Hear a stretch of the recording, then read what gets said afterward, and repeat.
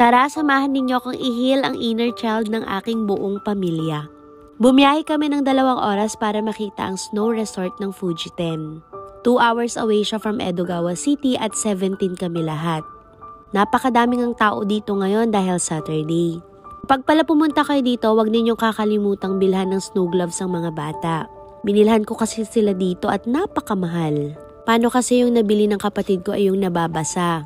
After that, kinuhanan ko na din sila ng mga balde at maliliit na shovel at naglaro na nga kami. Pwede rin kayo mag-lunch dito at hindi naman ganun kamahalan ng pagkain. Approximately 400 to 600 pesos per meal. At nagsimula na nga tayong maglaro mula sa 1-year-old hanggang 36 years old. Enjoy na enjoy. Wala palang entrance dito.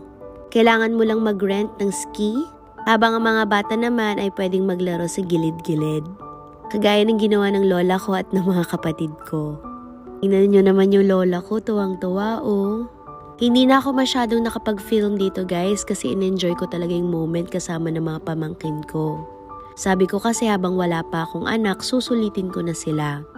Pwede ka rin sumakay sa gondola gaya ng ginawa ko pero nahulog si Miss Ayang kaya sinundo tayo ng snowmobile. Yun lang.